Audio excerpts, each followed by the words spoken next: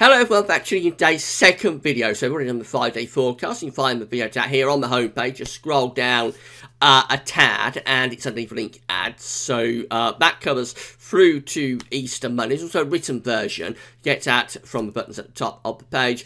Not going to be a bad Easter at all, really. There is going to be some unsettled weather. There will be some rain at times, and that's always most likely in the north. But to be honest, we've had far worse over the years. Certainly nothing overly wet, nothing overly cold, very little snow away from wintry showers across the highest hills of Scotland. So, considering it's more likely to snow at Easter than it is at Christmas, I don't think it's going to be too bad. However, the temperatures will be only around average, and it'll probably be a little bit cooler this Easter Sunday than it was on Christmas Day.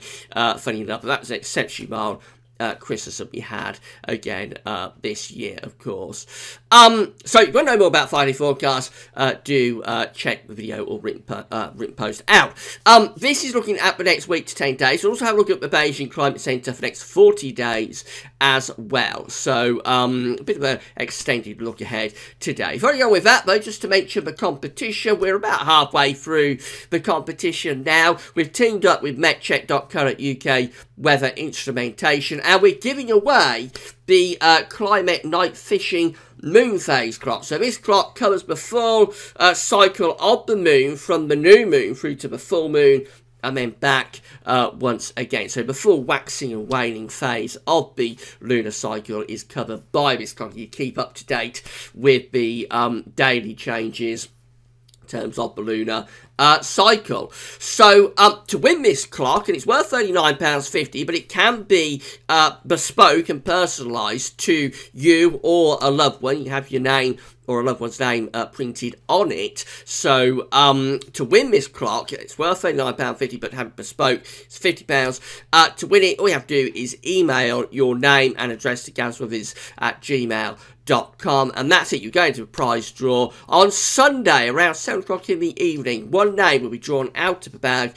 at random in a video. The name that's drawn out of the bag will be our winner. So you've got to be in it to win it. Get emailing and get your name and address to gazwithers@gmail.com, and you'll be entered into the prize draw.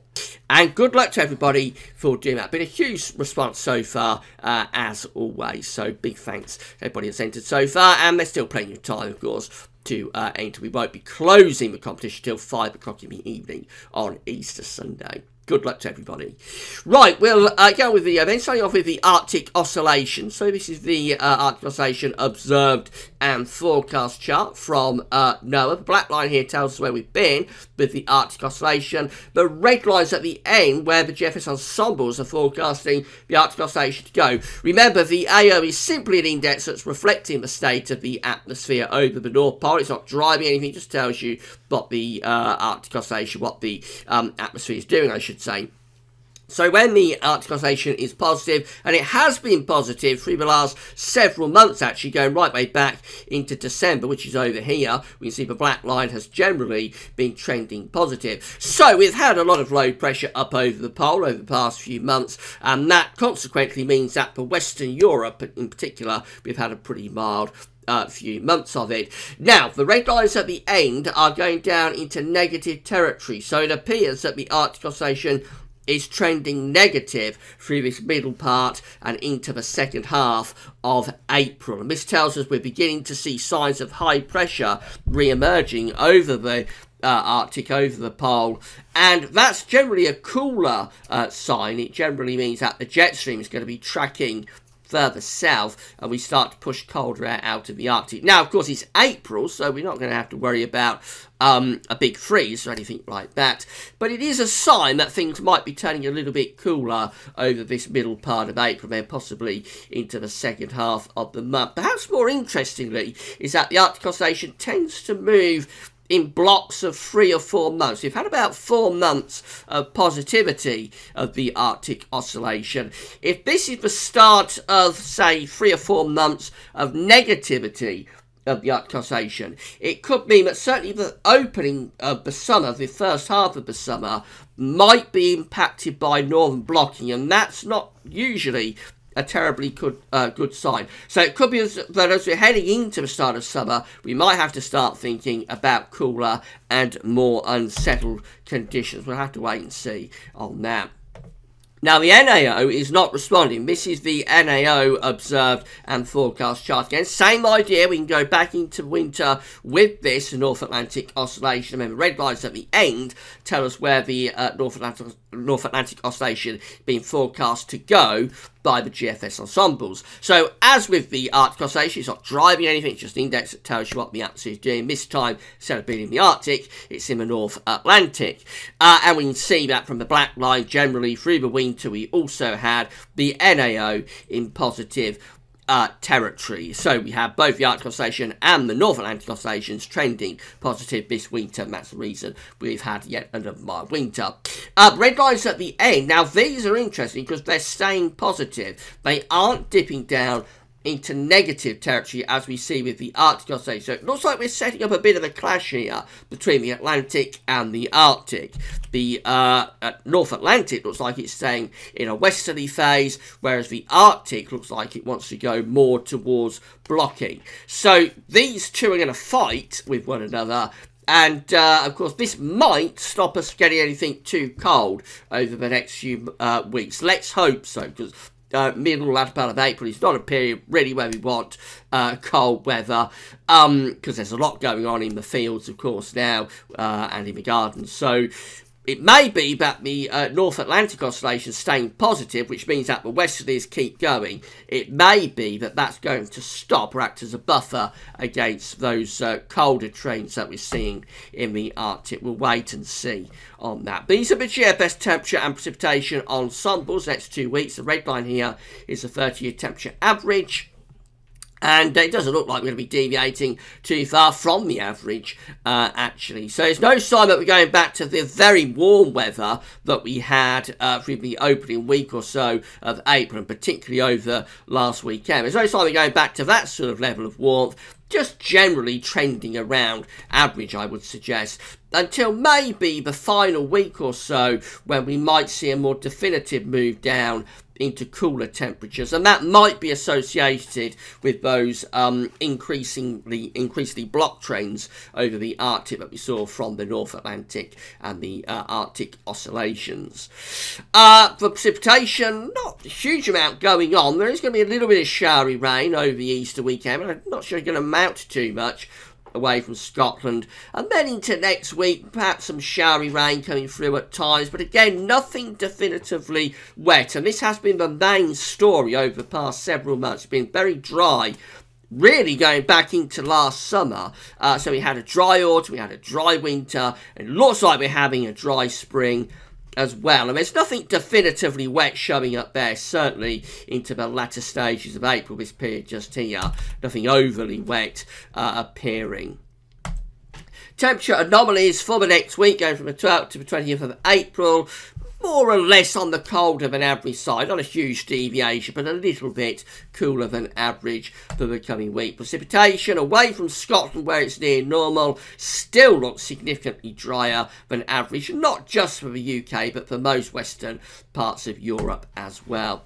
Here's how the GFS is seeing things for Sunday then. This is Easter Sunday, of course, got high pressure down to southwest, low pressure up to the north, so some showery rain for northern parts of the country, mostly dry, I would have thought, down in the south. That high pressure extends across the country through Bank Holiday Monday and into Tuesday next week, keeping a lot of dry weather going. And then into the middle and second half of next week, that high pressure sticking close to the country again.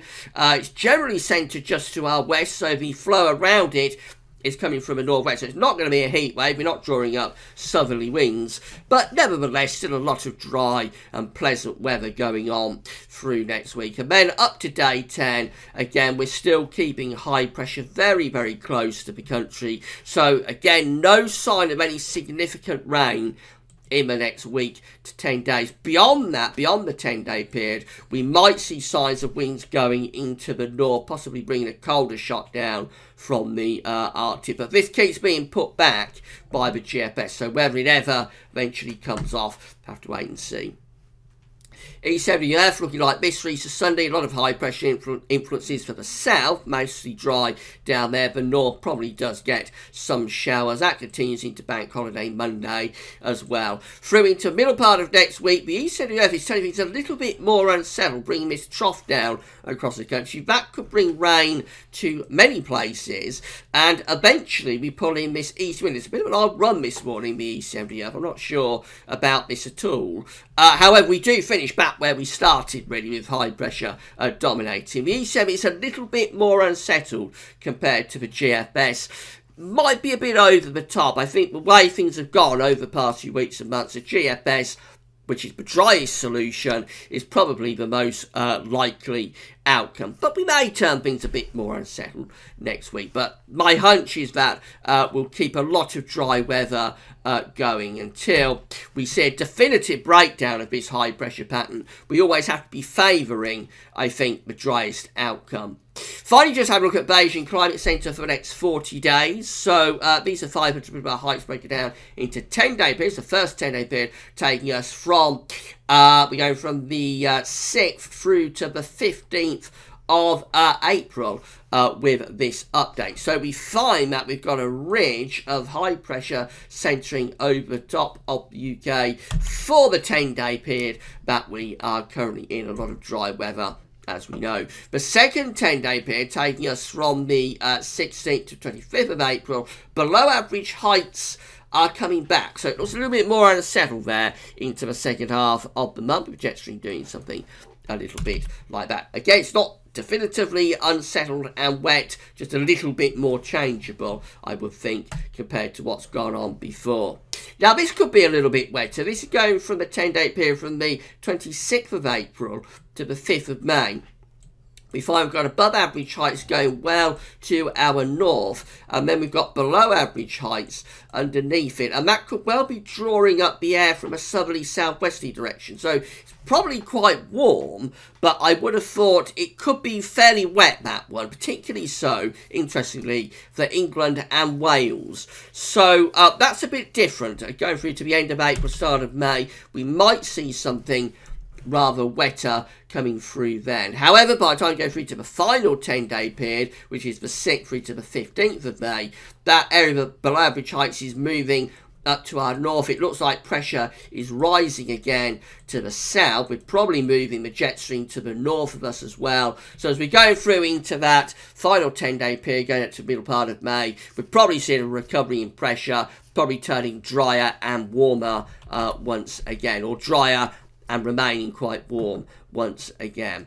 So there might be something a bit wetter there around the end of April into the start of May, but overall it's still looking pretty dry, really. It's been ongoing for several months now. There's no sign of a definite breakdown of this high pressure pattern. If we go through into summer, carrying on with this high pressure pattern that we've been in for several months, then we might have to think a little bit about drought conditions, I would have thought, down in the south and southeast this summer. But quite away from that.